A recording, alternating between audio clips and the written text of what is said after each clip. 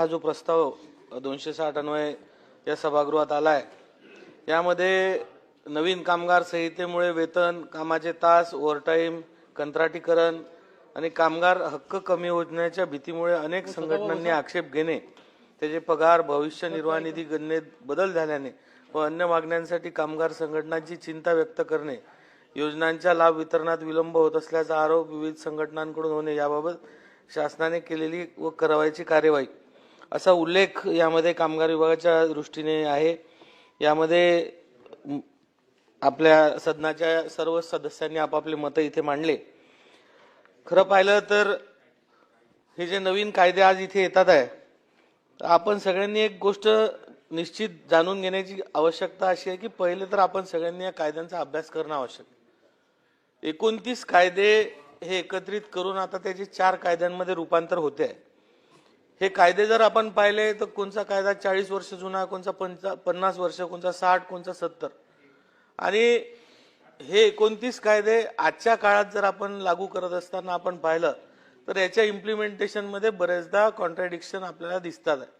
हे एकमेकाला विसंगत होताना दिसतात आहे आणि त्यामुळे कुठेतरी याचं इम्प्लिमेंटेशन होत असताना सुसूत्रता यावी, कामगारांमध्ये त्यांच्यावर अन्याय होत असताना त्यांना न्याय मिळण्यासाठी कुठेही पळवाट सापडू नये आणि कामगारांना त्यांचा हक्क मिळावा, त्यांचं संरक्षण व्हावं, या दृष्टीनेच हे कायदे करणं फार आवश्यक होतं।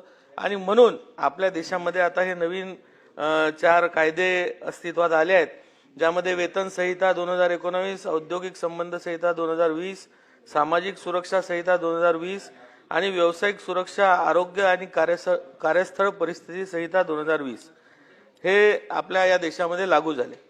यामध्ये आता आपल्या महाराष्ट्राचे सुद्धा रूल बनवणं सुरू आहे। आपले सन्माननीय सदस्य भाई जगताप साहेब यांनी जो मुद्दा उपस्थित केला, ज्यामध्ये जो रिट्रेचमेंटच्या विषयावर त्यांनी जी चिंता व्यक्त केली ते खरं आहे, पण मी या माध्यमातून एवढंच सांगणार आहे की जेव्हा जुने कायदे होते तेव्हा त्या काळातली परिस्थिती होती। आता सदाभाऊंनी जसा विषय मांडला की ते लगेच कामगारांना काढून टाकतात, लगेच फॅक्टरीचं युनिट बंद होतं। पहिलेच्या कायद्यात असं होतं की 100 कामगार जिथे असतील, 100च्या वर कामगार जिथे असतील त्यांना हा जो कारखाना आहे हा बंद करत असताना शासनाची किंवा सक्षम अधिकाऱ्याची परवानगी घ्यावी लागायची। आज नवीन कायद्यांमध्ये काय येते, आपण ती लिमिट 300 वर नेतोय, रिट्रेचमेंटची लिमिट 300 वर जाणार आहे। पण सगळ्यांना असं वाटतंय की याच्यामुळे अजून मोठ्या प्रमाणात कारखाने आपल्या अधिकार क्षेत्राच्या बाहेर जातील, पण याच्या मागची एक दुसरी निगेटिव्ह भूमिका आपण कधीच विचार करत नाही की ही 100ची लिमिट असल्यामुळे कारखानदार कधीच जो परमनंट कामगार आहे तो 99च्या वर जाऊ देत नव्हते। ते 99 ठेवायचे, 70 ठेवायचे आणि बाकी सगळे कॉन्ट्रॅक्च्युअल भरायचे। त्यामुळे तिथला जो परमनंट कामगार होता त्याची संख्या वाढतच नव्हती, कारण त्यांचा हा हक्क त्यांना अबाधित ठेवायचा आहे की आम्हाला कधी बंद करायचं तर आम्ही करू शकलो पाहिजे। पण आज जर ही संख्या 300 वर नेली तर आज त्या प्रत्येक स्थापनेमध्ये 299 कामगार परमनंट होतील। त्या उद्योगाला प्रोत्साहन मिळेल, त्याच्या मनातली ही भीती निघेल की आपल्याला उद्या काही बंधन राहणार नाही, त्यामुळे परमनंट कामगार होण्याची संख्या प्रत्येक स्थापनेमध्ये वाढणार। त्यामुळे त्या सर्व कामगारांना एक सोशल सिक्युरिटी, त्यांच्या पेमेंटची सिक्युरिटी, सगळ्या गोष्टी मिळणार। त्यामुळे आपण जर हे प्रत्येक बाब ही व्यवस्थित अभ्यास करून पाहिली, त्याच्या मागची भावना समजून घेतली तर आपल्याला हे लक्षात येईल की हे कायदे खूप चांगल्या भावनेने बनले आहे आणि सर्व कामगारांची म्हणजे सगळ्या गोष्टी विचारात घेऊन हे कायदे आपल्या समोर येतात आहे। आज आपण पाहिलं, त्यांनी सांगितलं की हे जे कायदे आपण आणतोय त्याच्यामध्ये आमचं ऐकून घेतलं पाहिजे। तर आपण साहेब, सभापती महोदय, आपण स्वतः त्या मीटिंगला होतात, भाई जगताप होते, सर्वश्री आपले शिंदे साहेब होते, सर्व संघटना होत्या आणि यानंतरही आपण अशी एक बैठक आपल्या विनंतीनुसार आयोजित करणार आहोत। आणि यामध्ये आपल्याला माहित असेल की शासनाचे जे 4 कायदे आहेत त्याचे रूल्स आता महाराष्ट्रात बनवणं सुरू आहे आणि ते आपण सजेशन ऑब्जेक्शनसाठी पब्लिक डोमेनमध्ये टाकले होते आणि त्याच्यावर बऱ्याचशा सूचना व हरकती प्राप्त झाल्या आहेत। आता त्या सर्व सूचना व हरकती ज्या आहेत त्या समितीमार्फत तपासणं सुरू आहे आणि त्यामध्ये ज्या काही योग्य असतील तसे तसे बदल त्या सर्व ठिकाणी करण्यात येणार आहे। आणि भाईंची जी मागणी होती की त्यानुसार निश्चित आपण एक बैठक अजून आयोजित भाईंच्या त्या सर्व विषयांसाठी आपण आयोजित करू। सोबतच भाईंनी आपल्या युनियनच्या याच्याबाबत सांगितलं की हे मालक धार्जिन धोरण वाटते। खरं तर आता या कायद्याने असं निर्णय केलाय की जेव्हा एखाद्या कंपनीमध्ये युनियन स्थापित करायचे तर तिथे एकच युनियन असेल तर तिथे प्रश्नच नाही, कारण ती एकच युनियन तिथे रजिस्टर होणार आहे। पण जेव्हा 2 युनियनचा भाग येईल तेव्हा जास्त सदस्य संख्या किंवा 51% वर ज्यांची युनियन असेल त्या युनियनला पहिले हा अधिकार मिळणार आहे। आणि विशेष करून तिथे निरीक्षक नेमून हा युनियन रजिस्टर करण्याचा निर्णय मालकाला सोबत घेऊन घेण्यात येणार आहे।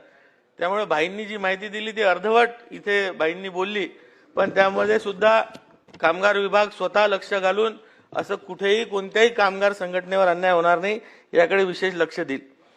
सन्मान्य सदस्य दरेकर साहेब यांनी मुद्दा उपस्थित केला, कंत्राटी कामगार यांचं शोषण होतं, एजन्सी असते, दलाल असतात। पण मी आपल्याला एवढंच सांगणार आहे की खरं पाहिलं तर जे कोर ऍक्टिव्हिटी असते तिथे कंत्राटी कर्मचाऱ्यांना काम करण्याची परवानगीच नाही।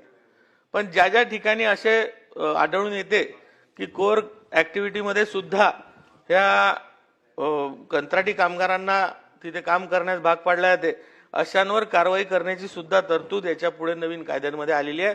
त्यामुळे त्यांचं सुद्धा संरक्षण या नवीन कायद्यांच्या माध्यमातून होणार आहे। दरेकर साहेबांनी आपल्या गिरणी कामगारांचा सुद्धा मुद्दा मांडला, त्यांच्या घराचा मुद्दा मांडला। मी आपल्याला एवढंच सांगू इच्छितो की गिरणी कामगारांच्या माध्यमात त्यांचे जे घरं देण्याचं काम आहे ते म्हाडा कार्यालयाकडून सुरू आहे आणि आतापर्यंत 1,14,226 कामगारांचे अर्ज हे म्हाडाकडे आले होते, ज्यामध्ये 1,07,705 अर्ज आतापर्यंत कामगार विभागाने पात्र ठरवले आहेत आणि 12,141 जे अर्ज होते ते अपात्र होते। मध्यंतरीच्या काळात पुन्हा एकदा हे जे अपात्र कामगार आहेत यांना एक संधी आपण दिली पाहिजे की त्यांचे जे कागदपत्र ते देऊ शकले नव्हते की मी या आस्थापनेमध्ये काम करतो, या गिरणीमध्ये काम करत होतो, तर त्यांना पुन्हा एकदा ती संधी देण्यात आलेली आहे आणि आता त्यांचे अर्ज छाननी सुरू आहे। बाकी सर्व कामगारांचे अर्ज हे आपण जवळपास पात्र केलेले आहे। त्यामुळे त्यांच्या घर मिळण्याचा जो मार्ग आहे हा कामगार विभागाकडे तरी प्रलंबित नाही आणि तो मोकळा झालेला आहे। बाकी दरेकर साहेबांनी जे सांगितलं घरेलू कामगार वगैरे त्या विषयावर मी बोलेल, कारण हा विषय सगळ्यांनीच मांडलाय। सन्मान्य सदस्य नीलमताईंनी काही मुद्दे उपस्थित केले, ज्यामध्ये असंघटित महिलांसाठी कामगार विभागाच्या अंतर्गत वेगळी यंत्रणा केली पाहिजे असा त्यांनी विषय मांडलाय। सोबतच CSR च्या माध्यमातून काही करता येईल का हे सुद्धा आपण म्हटलंय। मी आपल्याला एवढंच सांगू इच्छितो की नवीन कायद्यांमध्ये आता विशेष करून घरेलू कामगार असतील, वीटभट्ट्याचे बच्चूभाऊ कामगार असतील, हे जे सर्व असंघटित कामगार आहेत या सर्वांसाठी त्यांना संरक्षण देण्यासाठी, त्यांना लाभ देण्यासाठी केंद्र सरकारने आता कायदा केलाय आणि प्रत्येक राज्याचं एक अनऑर्गनाइज्ड वर्करसाठी एक बोर्ड आता अस्तित्वात येणार आहे आणि त्यांच्यासाठी स्वतंत्र निधी उभा करून या सर्व कामगारांना भविष्य निर्वाह निधी कसा मिळेल, कामावर दुखापत झाल्यास अर्थसहाय्य त्यांना झालं पाहिजे, त्यांचं गृहनिर्माण झालं पाहिजे, त्यांच्या मुलांसाठी शैक्षणिक योजना तयार झाल्या पाहिजे, कामगारांना कौशल्य विकास ट्रेनिंग सुद्धा देता आलं पाहिजे, अंत्यसंस्कारासाठी सहाय्य, वृद्धाश्रम इत्यादी ज्या योजना त्यांना आहेत त्यांना सुरक्षा देण्यात आले पाहिजे। या सर्व असंघटित कामगारांसाठी आता केंद्र शासनाच्या माध्यमातून आता ही तरतूद आता करण्यात आली आणि लवकर हे बोर्ड सुद्धा गठीत होणार आहे। आणि आता सोबतच आपण पुढे विषय मांडला होता की CSR चा सुद्धा फंड त्यामध्ये वापरता येतो का, तर CSR चा सुद्धा फंड याच्यामध्ये वापरता येणार आहे। त्यामध्ये केंद्र शासन स्वतः ही सर्व अधिसूचित करणार आहे। आपण समृद्धी महामार्गावरच्या ऍक्सिडेंट बद्दल बोललात, निश्चित या ऍक्सिडेंट मध्ये जे कॉन्ट्रॅक्टर असतील, तिथले अधिकारी असतील, यांना याबाबत निर्देश देण्यात येतील की याच्या पुढे या असं सर्व कामगारांची वाहतूक करण्यासाठी सुरक्षित वाहन त्यांना देण्यात यावं, त्यांची ज्ञान याच्यावर विशेष लक्ष देण्यात यावं आणि भविष्यात असे काही ऍक्सिडेंट होत असतील तर त्यांचं कम्पेन्सेशन या सगळ्या गोष्टी त्यांना व्यवस्थित देण्यात याव्या। आणि आपण जो एक बोर्ड बाबतीत बोलल्या equal pay for equal rights, तर निश्चित कायद्याच्या याच्यात चौकटीत राहून हा असा बोर्ड बनवता येतो का हे सुद्धा आपण लवकरात लवकर तपासून घेऊ। आज आपण पाहिलं असेल की विक्रांत पाटील साहेबांनी 2-3 विषय मांडले, ज्यामध्ये पनवेल महानगरपालिकेमधील काही कंत्राटी कामगारांचा पीएफ ईएसआय देण्यात येत नाही। निश्चित तिथल्या अधिकाऱ्यांना आपण निर्देश देऊन तात्काळ या कंत्राटदारावर कारवाई करण्यास सांगण्यात येईल। आणि हायकल कंपनीचा जो विषय आपण मांडला, निश्चित अशा पद्धतीने जर ह्या सगळ्या गोष्टी झाल्या असतील तर याच्यात कोणालाही सोडल्या जाणार नाही। जो दोषी असेल त्याच्यावर कारवाई होईल आणि याच्यावर तात्काळ आपण कारवाई करू। त्यानंतर सन्मान्य सदस्य मनीषाताई यांनी व्हिडिओकॉन आणि सिगोत्सो या कंपनीबद्दल जो विषय मांडलाय, तर आपल्या म्हणण्याप्रमाणे लगेच याच्यावर आपण एक बैठक बोलू। पुढील व्हिडिओकॉन बद्दल पुढच्या वीकमध्ये आपण बैठक याच्याबद्दल आपण लगेच घेण्यात येईल। आणि सिगाल्सो इंडियाबद्दल जे आपण सांगितलं की जे सेक्शुअल हॅरेसमेंट महिलेचं झालाय, निश्चित मी त्याची माहिती मागून घेतो आणि जी कारवाई अपेक्षित असेल ती कारवाई आपण याच्यात करणार आहे। अनिकेत भैयांनी जो ईएसआय हॉस्पिटलचा विषय मांडला, तर निश्चित या ईएसआयच्या ज्या आपल्या रिजनल हेड आहेत त्या रिजनल हेडला निश्चित आपल्या विभागातील हा हॉस्पिटल झालं पाहिजे या दृष्टीने प्रस्ताव बनवण्यास आम्ही निर्देशित करू। आणि आपण ज्या कंपनीबद्दल बोलला त्याबद्दल सुद्धा अधिवेशन झाल्याबरोबर एक आपण बैठक लावून त्यामध्ये निर्णय करू।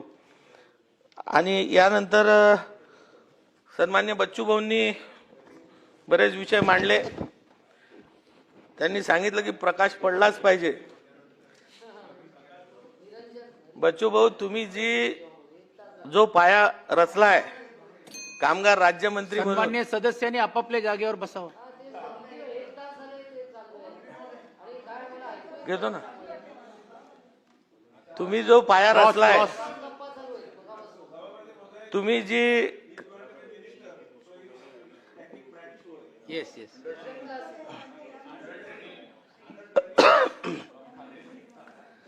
बच्चू भाऊंनी जो पाया रचलाय, ते ट्रेनिंग करत करत असताना दुसऱ्याला ट्रेन करू नये म्हणून आम्ही काळजी घेतो।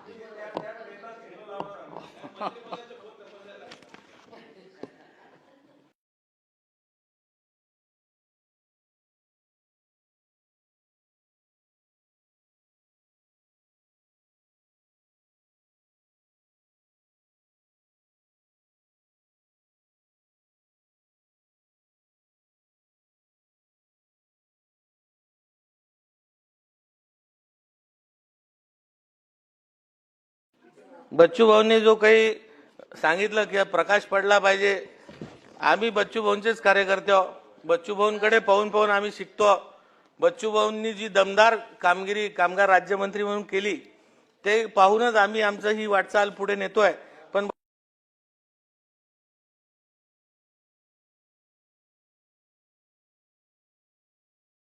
बच्चू भाऊ, मी आपल्याला निश्चित सांगणार आहे, बऱ्याच बाबतीत आपण जे बोललात की बऱ्याच ठिकाणी असं लक्षात येते की एखाद्या वेळेस कामगार अधिकारी वीक पडतो, पण आपण जर पाहिलं तर जुन्या कायद्यांचंही त्याच्यात थोडासा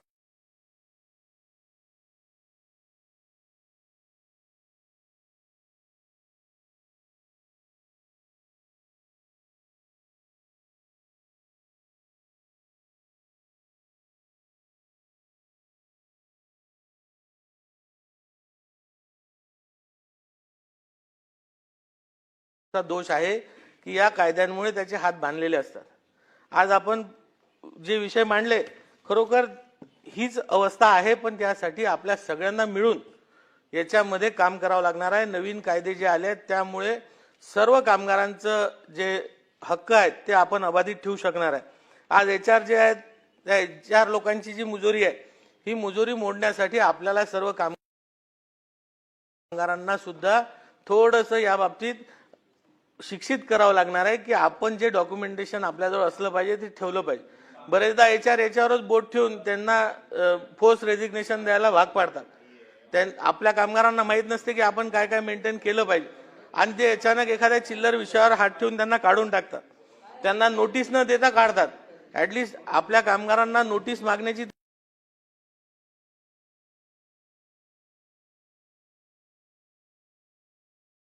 तरी सवय पडली पाहिजे. त्यामुळे बऱ्याच गोष्टीमध्ये आपल्या कामगारांना कामगार कायद्यांबद्दल सुद्धा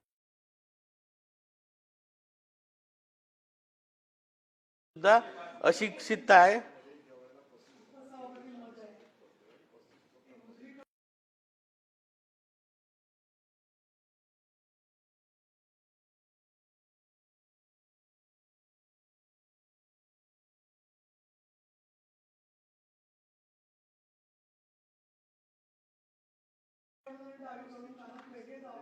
असतील तर आम्ही कधी मंत्री महोदयांचं ऐकायचं. थोडं हळू आवाजात बोला एवढीच आमची विनंती आहे. नाही, नाही, इकडून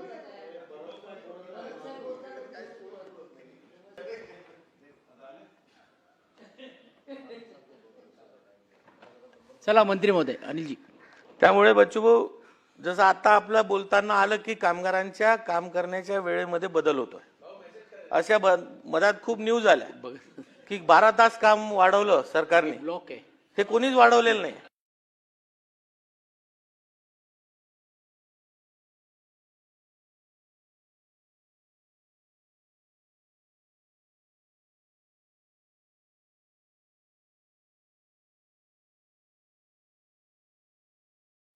नवीन कायद्यामध्ये त्याच्यामध्ये लवचिकता देण्यात आली आहे.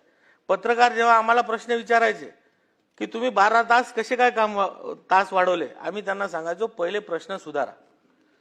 ज्या दिवशी आपल्या देशात आपण पाहिलं असेल दिवाळी आहे, दिवाळी 5 दिवसांची असते, तेव्हा अचानक तुमच्या इथे मिठाईचं डिमांड नाही तेच सांगतोय, मिठाईचं तुमची डिमांड वाढते, कपड्यांची डिमांड वाढते, लाइटिंगची डिमांड वाढते, बाकीच्या गोष्टींची डिमांड वाढते.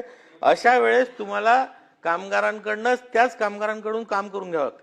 नवीन कामगार आला तो त्याला तेवढं आउटपुट देऊ शकत नाही आणि तेव्हा जे वाढीव तास घेतो तर त्याला ओव्हरटाईम मिळत नव्हता. पण नवीन कायद्यामध्ये हे नमूद करण्यात आलेलं आहे की त्याला त्याचे पैसे द्यावे लागतील, नाही दिल्यास त्या मालकावर त्याच्यात कडक कारवाई होणार आहे. त्यामुळे याच्यामुळे कामगारांचं जे हे आहे ते संरक्षण होणारे हे कायदे आहेत. त्यामुळे आपण सगळ्यांनी, मी सगळ्यांना विनंती करणार आहे की कायदे आपण एकदा वाचावे. मध्यंतरी जेव्हा आम्ही मीटिंग घेतली, सर्व आपले सन्मान्य नेते मंडळी सुद्धा होत्या, तिथे जेव्हा प्रेझेंटेशन झालं तेव्हा सर्व नेते मंडळीचं सुद्धा याच मतावर आले की नाही हे कायदे चांगले आहेत. आम्हाला हे वास्तविकता माहीत नव्हती. 2-3 विषयावरच मला वाटते सर्व संघटना असतील, सर्व कामगार नेते असतील, यांचे मतमतांतर आहे आणि त्याबद्दल आजही सरकारशी सर्व संघटना बोलतात आहे. आम्ही सुद्धा सरकारला सर्व संघटनांचे जे त्यांनी मांडलेले मत आहे ते केंद्र सरकारपर्यंत आम्ही पोहोचवले आहे. त्यामुळे निश्चित या 2-3 विषयांवर जे ऑब्जेक्शन आलेले आहेत ते ऑब्जेक्शन सुद्धा मला वाटते ज्या लोकांनी घेतले ते आक्षेप सुद्धा आता निघून जातील. आपण जे सांगितलं की फिनले मिलचे आणि हे बैठक झाली पाहिजे, तात्काळ याची बैठक आपण येणाऱ्या आठवड्यात 2 आठवड्यात करून ती सर्व पार पाडू. बांधकाम कामगारांच्या बाबतीत आपण बोललात, बांधकाम कामगारांच्या बाबतीत आपलं बोलणं खरं होतं. बऱ्याच 80 हे सापडलं. 5-6 जिल्ह्यांमध्ये हा प्रकार खूप होता, पण तरी सुद्धा आम्ही 40ही ठिकाणी 40 जिल्ह्यांमध्ये 40 पथकं करून रेड केल्या आणि आतापर्यंत 60-70 ठिकाणी FIR झालेल्या. हे बोगस कामगार रजिस्ट्रेशन करणारे लोकही पकडले आहेत, दलालही पकडले आहेत आणि त्यांच्यावर आपण वसुलीची कारवाई सुरू केलेली आहे. त्यामुळे या बाबतीत कोणी असा बोगस धंदा करेल असं आपण होऊ देणार नाही. आणि मी आपल्याला एवढंच सांगतो की आपण मला माझ्या जिजाऊंची आठवण करून दिली, आपणही त्याच भूमीतले आहे. पण एवढंच आपल्याला सांगेल की हे नवीन कायदे आल्यानंतर हा कामगार अधिकारी कोणासमोर झुकणार नाही, मुजरा करणार नाही. इतका सक्षम कामगार अधिकारी आता याच्या पुढे आपण भविष्यात तयार करू. त्यांना कोणत्याही पद्धतीने त्यांचे हात बांधले जाणार नाही. तो कामगाराच्या पाठीशीच उभा राहायला पाहिजे, या पद्धतीने त्यांना तयार करू. आणि या माध्यमातून आपण सर्व सदस्यांनी ज्या ज्या काही भावना मांडल्या त्याचा आदर करत आपल्या सर्वांना, हो, खोडके साहेबांनी जे मुद्दे मांडले बांधकाम कामगारांच्या बाबतीत, तर त्यामध्ये सुद्धा मी आपल्याला सांगू इच्छितो की आता नवीन कायद्यामध्ये या बांधकाम कामगार मंडळाच्या सर्व योजना रिवाईज होणार आहेत. तर हे रिवाईज होत असताना आपल्या सर्वांशी चर्चा करून आपले सर्वांचे मतं घेऊन निश्चित या योजनांमध्ये आपण रिव्हिजन करू आणि चांगल्या योजना या कामगारांसाठी भविष्यात आपण आणू. या माध्यमातून आपल्या सर्वांच्या माध्यमातून मी एवढंच आज कामगारांना आश्वासित करू इच्छितो की हे सर्व कायदे हे कामगारांच्या भविष्यासाठी, कामगारांच्या सुरक्षिततेसाठी, त्यांच्या न्याय हक्कासाठी